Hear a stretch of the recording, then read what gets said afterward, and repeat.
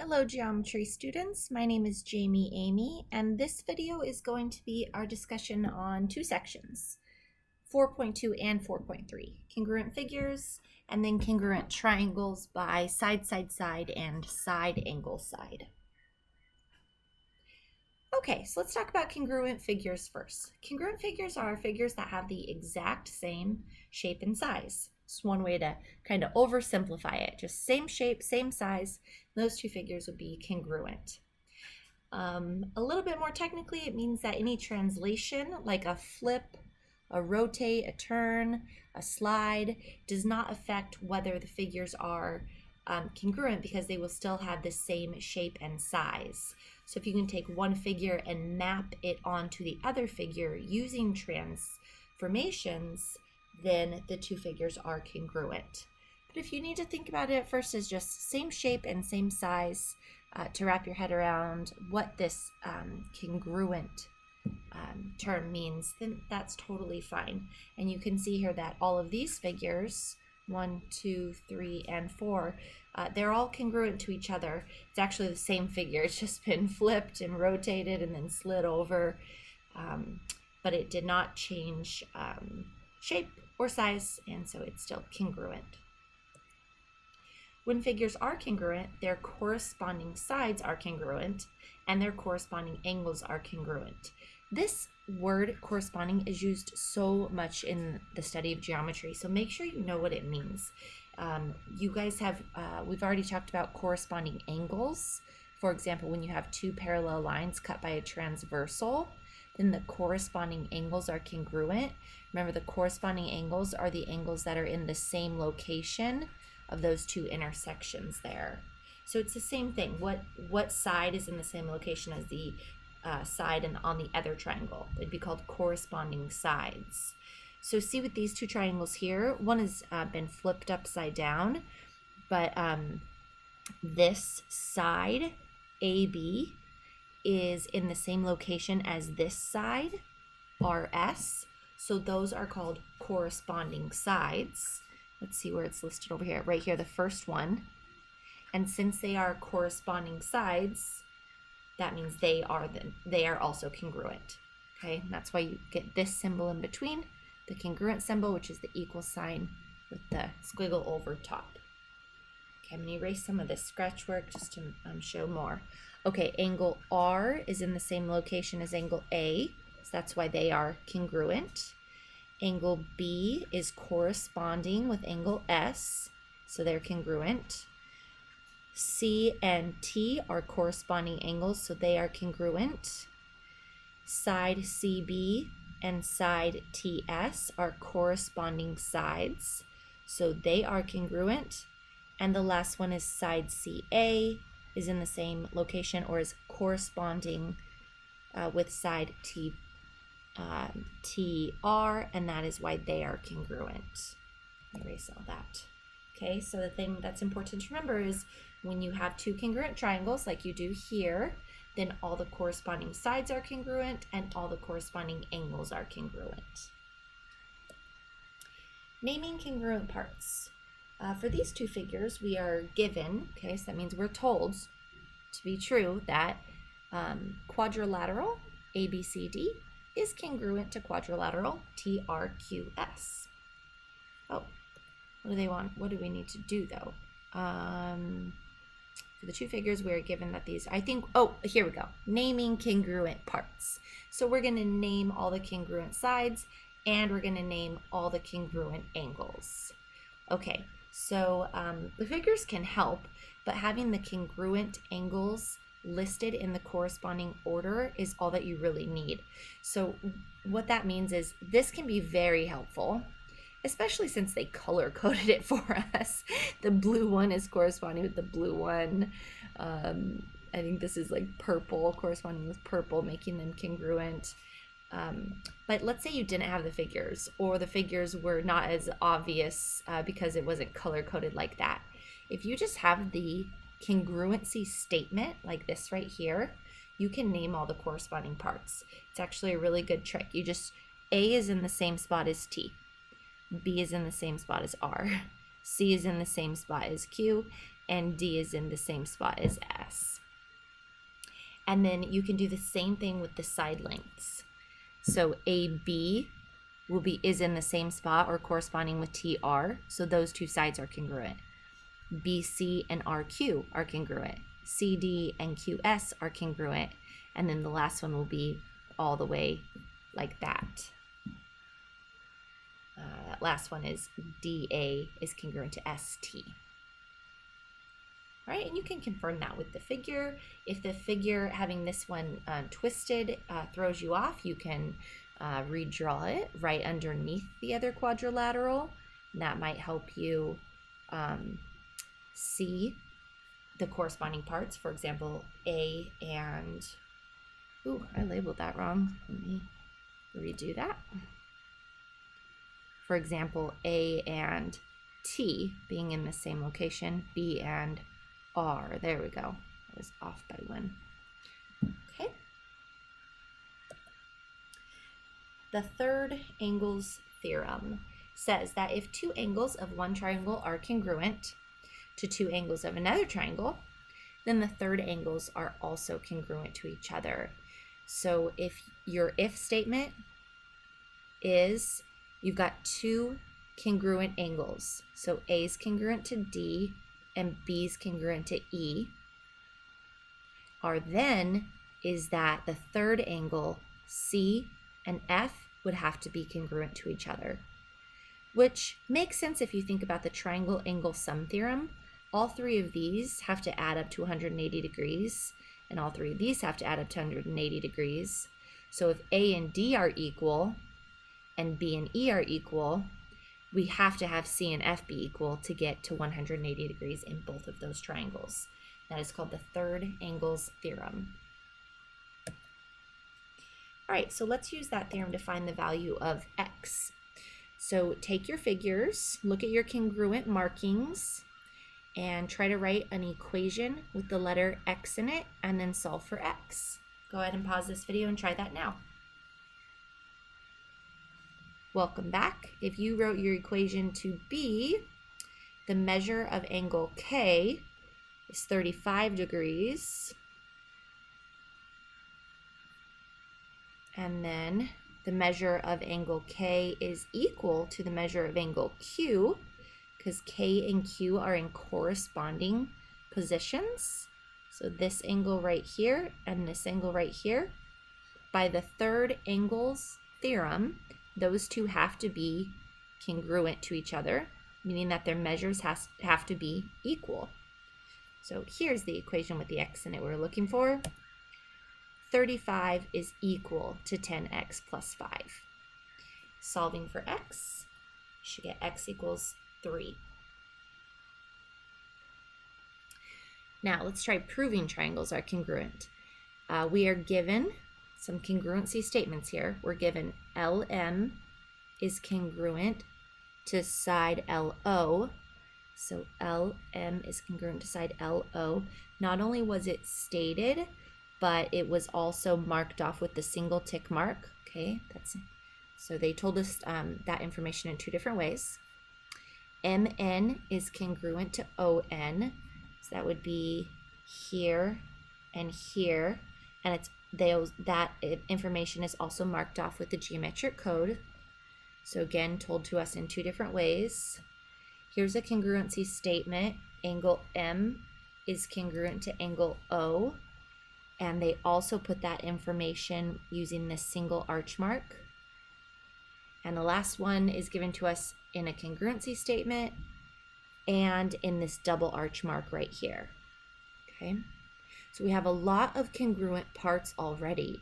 So now we're being asked to prove that the triangles are congruent to each other. It's looking really good. I mean, doesn't it look to you guys that LMN is the same size and shape as LON, like that? It certainly looks like it, and we have certainly been given a lot of congruent parts of the triangles, but we need just a little bit more. We would need a third, 1, 2, 3, 1, 2, 3. We would need that third angles congruency, which we're going to be able to come up with by justifying it using third angle's theorem. And then we would need the third side to be congruent to the third side. So it would look like this. So that third side is common to both of the triangles. I'm going to just really quickly separate the triangles and re-put that on there. So we have one side congruence to another, two sides congruent to another, and so the third piece that we're missing is the third side congruent to the third side. Well, it turns out that the third side is the third side in both of the triangles. So, of course, it is congruent to itself, or has its own measure, equal to its measure, it's equal to its measure. And if you recall, that's called the reflexive property. All right, now let's put all of that into a 2-column proof.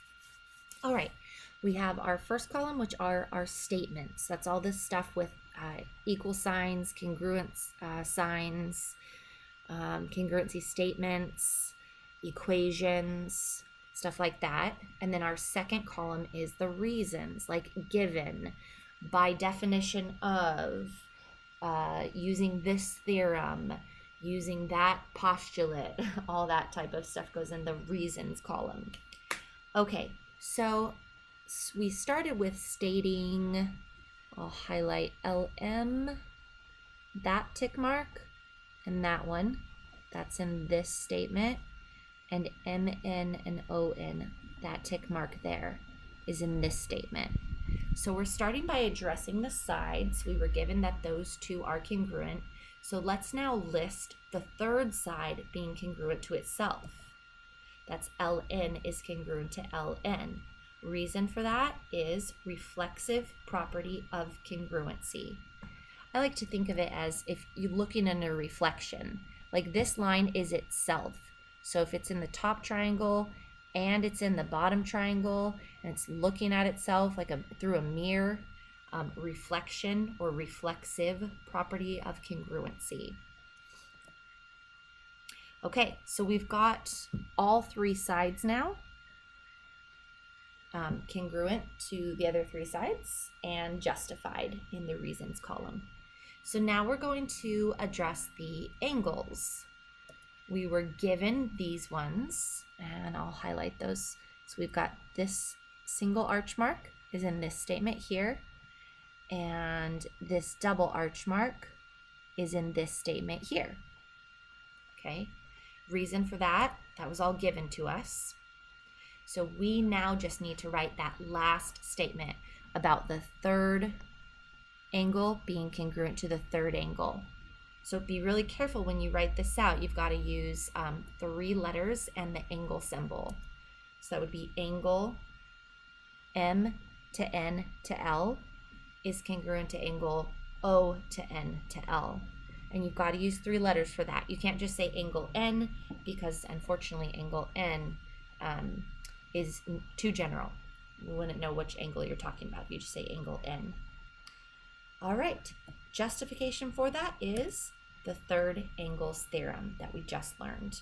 And that theorem says that if 2 pairs of angles are congruent to each other, then the third pair of angles is also congruent to each other.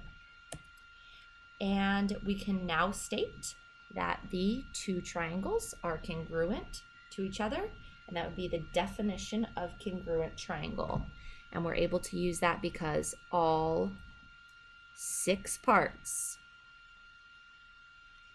of the triangles are congruent. And by 6 parts, how did I get 6? You might be thinking, how did she get 6? That's 3 angles and 3 sides. Every triangle has 3 angles and 3 sides. So that equals 6 parts. Okay, let's now talk about section 4.3, which is on congruent triangles by side, side, side, and side, angle, side. Before I go to that, I just want to point out that in that last section, we proved those 2 triangles congruent by definition. And by that, we did all 3 sides and all 3 angles. So 6 parts. 1, 2, 3, 4, 5, 6 parts. Side, side, side, angle, angle, angle. But check this out. This section 4.3 is going to show us the way to prove two triangles congruent just by showing the 3 sides are congruent, or 2 of the sides and the angle between those 2 sides. So we're not going to have to use 6 parts every time. We just get to use 3. If we do them correctly, then we can conclude that the triangles are congruent. All right, let's try it. SSS stands for side-side-side postulate.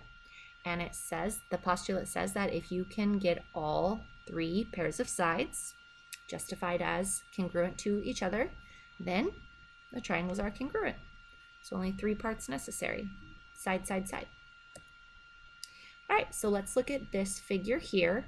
There are 2 triangles in this figure, and we're given some information. They didn't state it in letters, but they gave us 1 pair of congruent sides and a 2nd pair of congruent sides through the geometric code. Okay, so always look out for that. And let's set up our 2-column proof. So that geometric code, if we were to write it out into congruent statements, it would look like this. First tick mark is side AB congruent to CD. That's the single tick mark. And then the double tick marks stated in a congruency statement would be segment AC congruent to segment BD. Okay, and that was all given to us. All right, to use side, side, side, we just need the 3rd side to be congruent to itself. And we just learned from the example a moment ago that if the 3rd side is common to both triangles, then you can say that it is congruent to itself. We would write it like this here. Side CB is congruent to side CB. Justification, reflexive, property of congruency. And now, instead of saying the 2 triangles are congruent by definition, we say the 2 triangles are congruent by the side, side, side postulate. Not too bad, I hope. Side angle side is another shortcut, if you will, to proving 2 triangles congruent. And this postulate says if you can get 2 sides, now pay attention to this part, ready? And the angle between the 2 sides. It has to be the angle between the 2 sides to use side angle side postulate. And it's kind of nice see how it's the letters are listed as side angle side. Hopefully that will remind you that you need to use the angle between the 2 sides. But if you can prove all those congruent, then you can conclude that the triangles are congruent.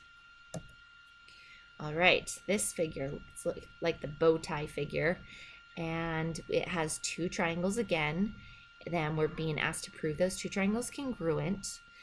They certainly look congruent, and we've got some congruent markings, but I'm not sure we have enough. Let's see, we have a single tick mark, so that gets us an S. We have a double tick mark, so that gets us another side. So to use side angle side, we would just need an angle, and this is the angle between those 2 sides, and this one right here. So basically, if we can show that angle 1 and angle 2 are congruent to each other, we've got everything we need. Well, what do you think? Are angle 1 and angle 2 congruent to each other? I hope you said yes, because those are vertical angles. It's going to come up a lot, you guys, so be ready for it. Whenever you see vertical angles, there you go. You got a capital A, or congruent parts. So let's put it all into a 2-column proof now. A single tick mark as a congruency statement would look like this. The double tick mark, which was given to us as a congruency statement, would look like that. Justified because it was given. Now we need to write the statement. So that's the stuff with the letters, the numbers, the equal sign, the congruent markings. And so the statement is that angle 1 is congruent to angle 2. And the justification would be vertical angles theorem. Okay, we have the side, the angle next to it, and the side next to that in order, so we can say that the 2 triangles are congruent by the side angle side postulate. All right, let's do a little activity here to see if you understood side, side, side, or side, angle, side, and side, angle, side. Can we use side, side, side, or side, angle, side to prove the triangles are congruent? If neither, then write not enough information. All right, so I want you to focus all your attention on these two first. Look at those two triangles and look what was given to us. Can you use side, side, side, side, angle, side, or do we not have enough information to prove that those two triangles are congruent? Oops. If you said side, side, side, you got it right. The tick marks represent congruent sides, and we have 3 matching like that, so those are 2 congruent triangles. Okay, focus all your attention on these 2 triangles here. Try to do the same thing.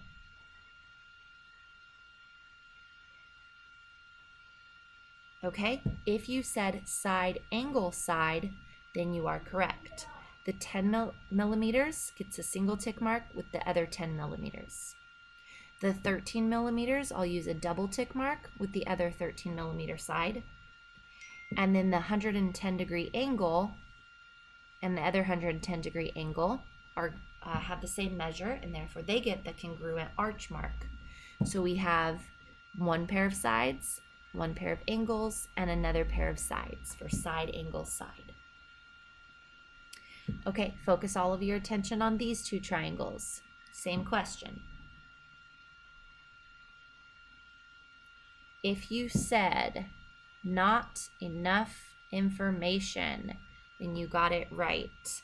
It looks like there's enough information at first because it's like, oh, there's a side, there's an angle, and there's a side. Check, side, angle, side. The problem is this angle here is all good. That's included between the 2 sides. But here, side, side, we would have needed this angle, the angle between the 2 sides, to have that congruent single arch mark. This one over here is not between the 2 sides, so it's not corresponding. These 2 angles are in different locations. And so these 2 triangles may very well be congruent to each other, but we don't have enough information based on what was given to conclude that they are. All right, last chance. Here we go. What do you think about D? If you came up with side, side, side, you got it right. So you may be thinking, that's not 3 sides, that's side and side. But remember, the reflexive property of equality gives us that 3rd side there. All right, that will conclude our discussion on sections 4.2 and 4.3. My name is Jami Emigh. Thank you for joining me, and I'll see you next time.